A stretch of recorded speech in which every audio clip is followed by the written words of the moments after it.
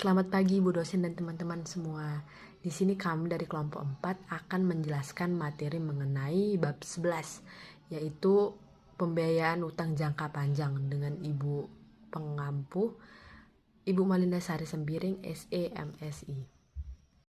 Sebelum kelompok kami menjelaskan mengenai materi ini, saya akan memperkenalkan anggota dari kelompok 4. Yang pertama ada Kak Yulian Cedoga dengan NIM 1805032110. Lalu ada Bang Agil Muhammad Fitra dengan NIM 1905030069. Dan saya sendiri Dina Maria Turnip dengan NIM 200503177. Adapun topik materi yang akan kami jelaskan, yang pertama itu mengenai penebusan kembali obligasi, lalu yang kedua mengenai akuntansi untuk konversi obligasi, dan yang terakhir untuk amortisasi dengan metode bunga efektif. Kepada pemateri yang pertama, saya persilahkan untuk membawakan materinya. Baik, terima kasih moderator. Di sini saya akan menjelaskan mengenai materi penebusan kembali obligasi. Perusahaan atau debitur dapat menebus kembali obligasinya sebelum tanggal jatuh tempo. Hal ini dilakukan jika tingkat suku bunga pasar mengalami penurunan secara drastis setelah obligasinya dijual. Dan dalam kondisi seperti ini, biasanya perusahaan akan menerbitkan dan menjual obligasi yang baru dengan tingkat suku bunga yang lebih rendah. Kemudian hasil dari penjualan obligasi yang baru tersebut akan dipergunakan untuk menebus kembali obligasinya yang telah terlanjur diterbitkan dan dijual pada beberapa waktu yang lalu, pada saat tingkat suku bunga pasar masih tinggi. Dan perusahaan biasanya akan menebus kembali obligasinya dengan harga yang berbeda dari nilai buku utang obligasi. Nah, nilai buku utang obligasi ini dapat dihitung dengan cara mengurangkan nilai nominal utang obligasi dengan besarnya diskonto utang obligasi yang belum diamortisasi atau menjumlahkan nilai nominal yang utang obligasi dengan besarnya premium utang obligasi yang belum diamortisasi. Dan jika harga yang dibayarkan untuk penebusan kembali obligasi lebih kecil dibandingkan dengan nilai utang obligasi, maka selisihnya akan dicatat sebagai keuntungan dari penebusan obligasi. Dan sebaliknya, jika harga yang dibayarkan untuk penebusan kembali obligasi lebih besar dari nilai buku utang obligasi, maka selisihnya akan dicatat sebagai kerugian dari penebusan obligasi. Dan keuntungan atau kerugian yang ditimbulkan dari penebusan kembali obligasi ini disajikan dalam laporan laba rugi sebagai pendapatan atau beban lain-lain. Dalam penebusan kembali obligasi ini juga dikenal dengan istilah komisi broker atau commission fee, atau biasa kita kenal dengan biaya komisi. Biaya komisi ini adalah sejumlah biaya tertentu yang dikenakan oleh broker dan ditagihkan kepada trader untuk setiap transaksi falas sebagai balance broker dalam menghubungkan trader dengan pasar antar bank serta menyediakan berbagai fasilitas trading. Dan komisi broker yang dibayarkan sehubungan dengan penebusan kembali obligasi sifatnya akan menambah jumlah uang kas yang dibayarkan dan memperkecil jumlah keuntungan penebusan kembali obligasi atau memperbesar jumlah kerugian penebusan obligasi. Nah, di sini ada contoh penebusan kembali obligasi. Diasumsikan bahwa pada tanggal 1 Februari 2010, perusahaan X menerbitkan dan menjual obligasi yang bernilai 5 juta rupiah.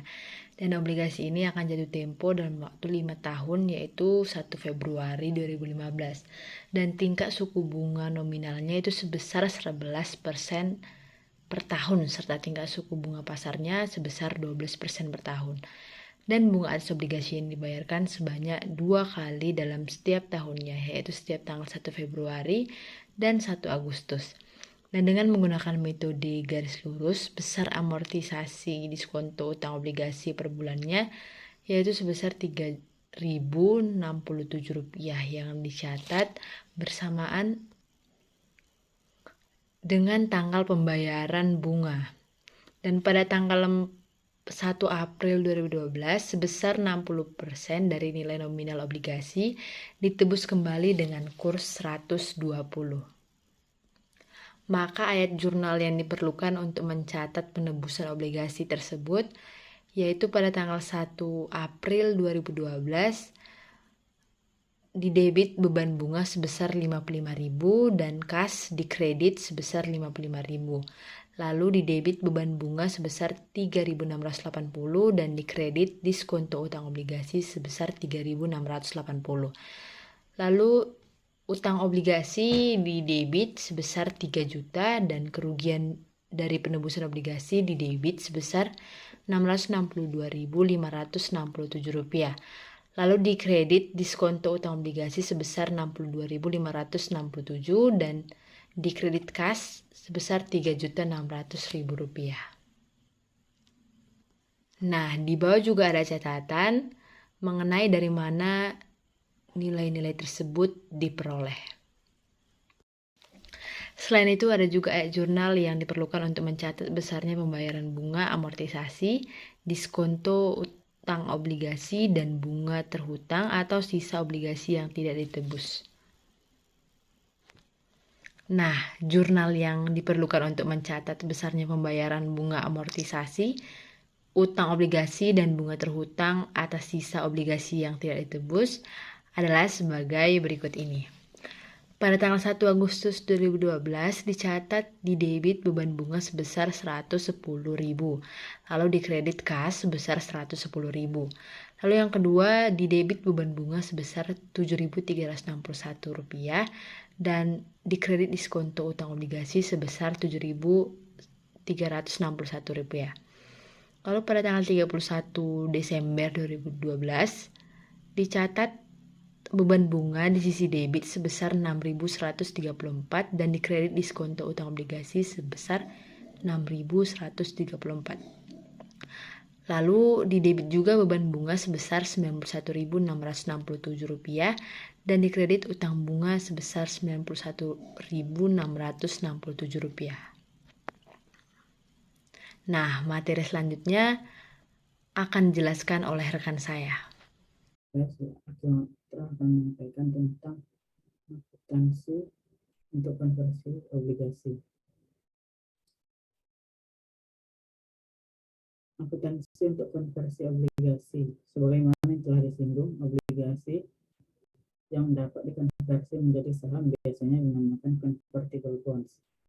Hal yang menarik terkait dengan convertible bonds adalah mengenai satu, apakah seharusnya sekuritas tersebut dianggap hanya sebagai sekuritas utang atau dan juga sebagai sekuritas ekuitas.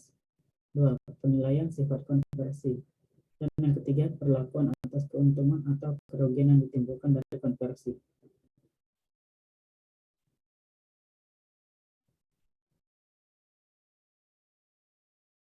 Kreditor atau pemegang sekuritas tidak dapat menjual bagian dari instrumen sekuritas yang satu dan menahan instrumen lainnya yang terdapat dalam sekuritas tersebut. Dalam pandangan ini, convertible bonds diperlakukan secara mutlak atau tunggal, yaitu sebagai sekuritas utang, di mana pinjaman atau utang berikut sifatnya konversinya ekuitas, tidak dipisahkan, itu debt and equity not separated. Dalam pandangan kedua, karena kreditor dapat menjual stok warrant secara terpisah dari obligasinya, maka convertible bonds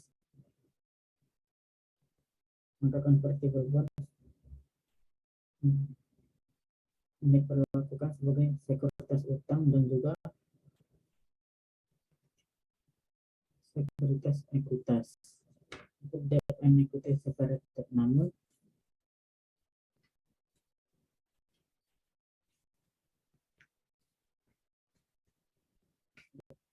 di mana sebuah stok warrant tersebut dapat dilepaskan deductible dari pinjaman. Berikut adalah contoh dari aplikasi kedua pandangan di atas. Pertama, debt and equity not separated. Pada tanggal 1 Juli 2010, PT Alaska membeli 18% obligasi PT Dalton dengan harga 49 juta. Nilai nominal obligasi tersebut adalah sebesar 40 juta dan bersifat convertible, di mana setiap nominal berharga 50.000 per lembar. Obligasi tersebut akan jatuh tempo pada tanggal 1 September 2014 dan bunga dibayar setiap tanggal 1 Maret dan 1 September. Metode yang digunakan dalam mengamortisasi diskonto atau premium obligasi adalah metode garis lurus dan dicatat pada tiap akhir tahun. Pada tanggal 1 Oktober 2012, seluruh obligasi tersebut dikonversi oleh PT Alaska menjadi saham biasa. Harga pasar saham biasa PTI Dalton pada saat konversi dilakukan adalah sebesar 57.500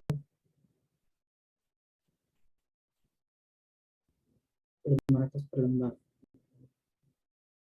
Jurnal yang diperlukan dalam PTI Dalton untuk mencatat transaksi pada tanggal 1 Juli 2010, 1 September 2010, 31 Desember 2010, dan 1 Oktober 2012 adalah sebagai berikut. Pada tanggal 1 Juli 2010, kas di debit sebesar 49 juta, utang obligasi dikredit sebesar 40 juta, dan premium utang obligasi dikredit sebesar 9 juta.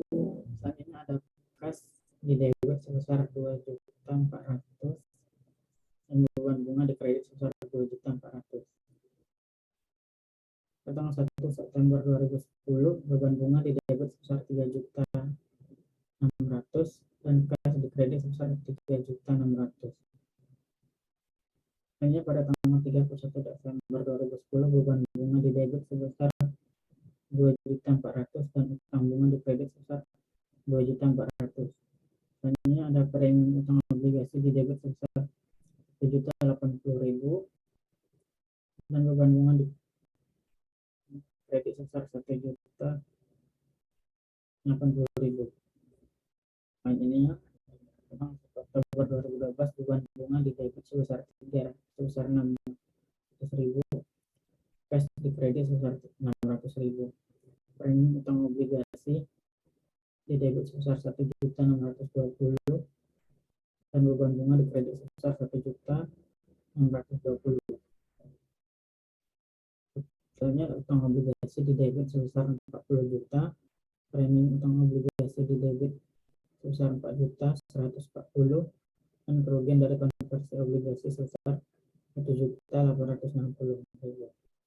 Ini ada saham biasa dikredit sebesar 40 juta dan modal disetor dalam bagian nilai pari sebesar 6 juta.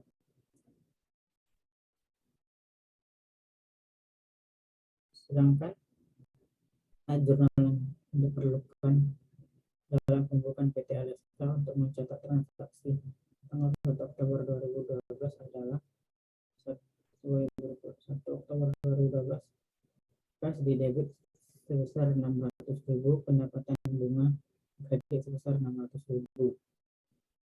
Selanjutnya ada pendapatan bunga di debit 1.620.000 dan investasi dalam obligasi PTI Dalton dikredit sebesar 1.620.000.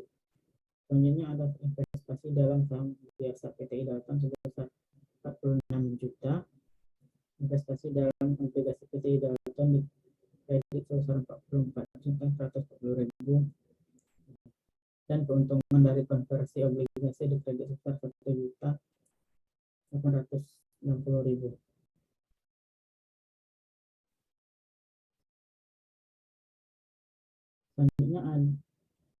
Selanjutnya ada debt and equity separated.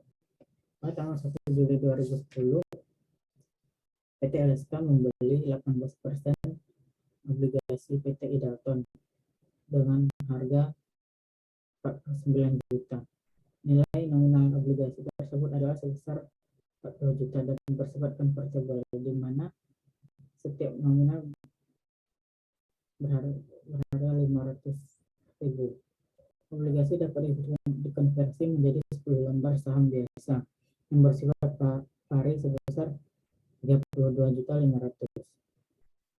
Obligasi tersebut akan jatuh tempo pada tanggal 1 September 2014 dan bunga dibayar setiap tanggal 1 Maret dan 1 September.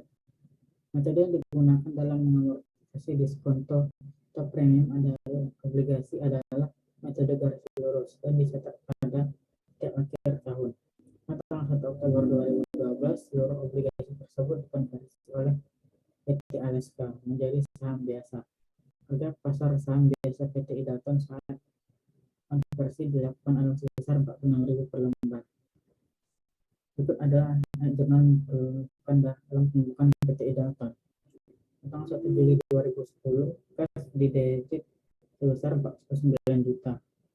Untuk utang obligasi di debit sebesar 7.500.000. Berikutnya ada utang obligasi di kredit sebesar 40 juta dan modal disetor dari sifat konversi obligasi sebesar 16.500.000. Selanjutnya ada cash di debit sebesar 2.400.000 dan beban bunga di kredit sebesar 2.400.000. Selanjutnya pada tanggal 1 September 2010 beban bunga di debit sebesar 3.600.000, cash di kredit sebesar 3.600.000. Pada tanggal 31 Desember 2010 beban bunga di debit sebesar 2.400.000 dan utang bunga di kredit sebesar 2.400.000. Selanjutnya ada beban bunga di debit sebesar 900.000 dan diskonto utang obligasi di kredit sebesar 900.000. Pada tanggal 1 Oktober 2012 beban bunga di debit sebesar 600.000, cash di kredit sebesar 600.000. Selanjutnya ada beban bunga di debit sebesar 1.350.000 dan diskonto utang obligasi di kredit sebesar 1.350.000. Selanjutnya ada utang obligasi di debit sebesar 40 juta, saham biasa di kredit sebesar 33.600.000, diskonto utang obligasi di kredit sebesar 3.450.000 dan modal disetor dalam kelebihan di atas nilai pari di kredit sebesar 2.950.000. Sedangkan jurnal yang diperlukan dalam pembukaan PT Aleska untuk mencatat transaksi tanggal 1 Oktober 2012 adalah 1 Oktober 2012 cash di debit sebesar 600.000, pendapatan bunga kredit sebesar 600.000.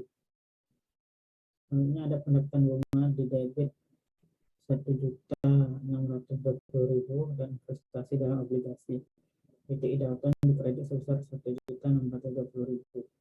Selanjutnya ada investasi dalam saham biasa PT Idaton sebesar 46 juta, investasi dalam obligasi PT Idaton di kredit sebesar 44.140.000 dan keuntungan dari konversi obligasi di kredit sebesar 1.860.000.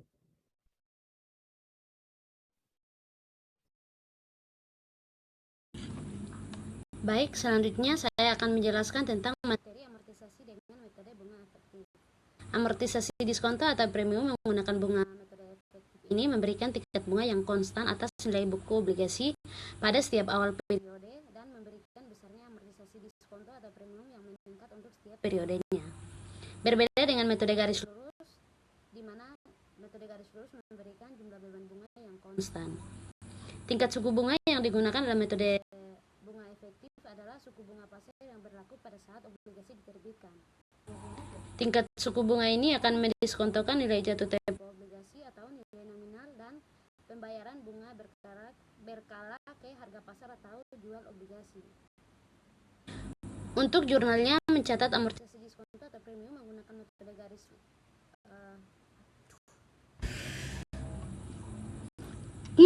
salah.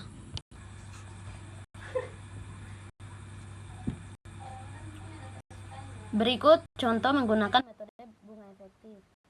Pada tanggal 1 April 2010, PT Oktavillani Triana menerbitkan 1.000 lembar obligasi yang dapat ditarik kembali atau callable bond dengan nilai nominal Rp100.000 per lembar dan berjangka waktu 5 tahun.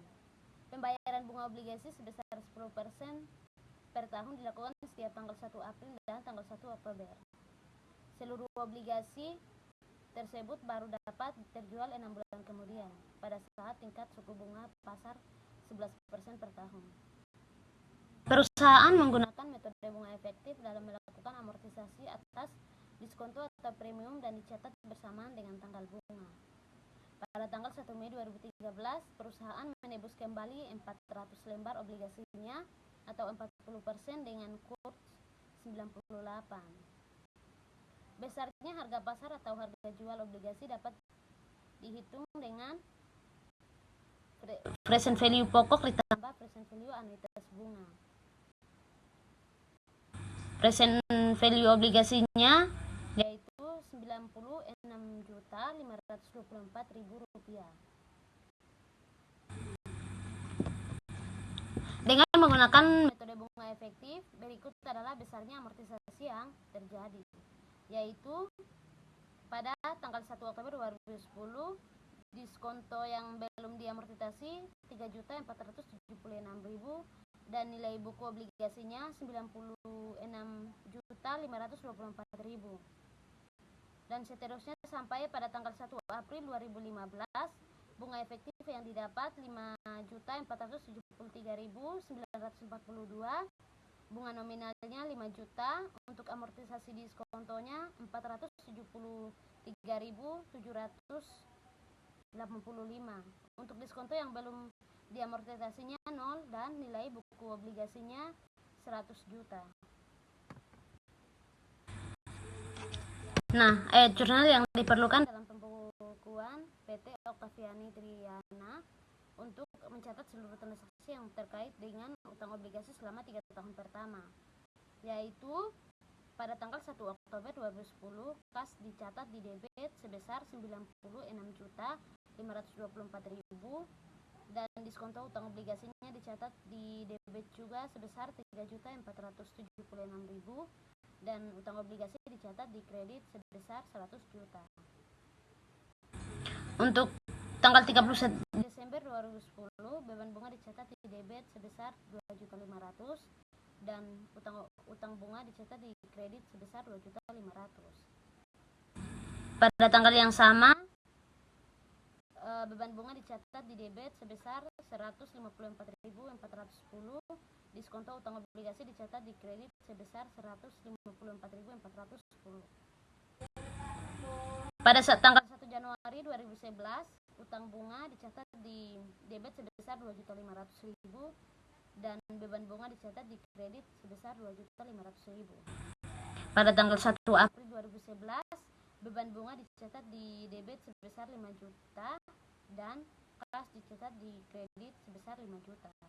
Beban bunga dicatat di debit sebesar 154.410 dan diskonto utang obligasinya dicatat di kredit 154.410. Pada tanggal 1 Oktober 2011, beban bunga dicatat di debit sebesar 5 juta dan kas dicatat di kredit 5 juta. Beban bunga dicatat di debit pada 325.805 dan diskonto utang obligasinya dicatat di kredit 325.805. Pada 31 Desember 2011, beban bunga dicatat di debit sebesar 2.500.000 dan utang bunga dicatat di kredit 2.500.000. Untuk beban bunganya dicatat di debit 171.862 dan diskonto utang obligasinya dicatat di kredit sebesar 171.862.000. Pada tanggal 1 Januari 2011, utang bunga dicatat di debit sebesar 2.500.000 dan beban bunganya dicatat di kredit sebesar 2.500.000. Pada tanggal 1 April 2012, beban bunga dicatat 5 juta di debit dan kas dicatat di kredit sebesar 5 juta. Beban bunga dicatat di debit 171.862 dan diskonto utang obligasinya dicatat di kredit sebesar 171.862.000.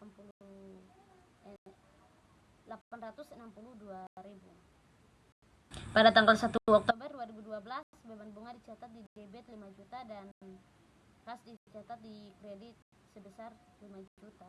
Untuk beban bunga dicatat di debit sebesar 362.629 dan di diskonto utang obligasinya dicatat di kredit sebesar 362.629. Pada tanggal 31 Desember 2012, beban bunga dicatat di debit 2.500.000 dan utang bunga dicatat di kredit 2.500.000. Beban bunga di debit sebesar 191.287 dan diskonto utang obligasinya dicatat di kredit sebesar 191.287.000.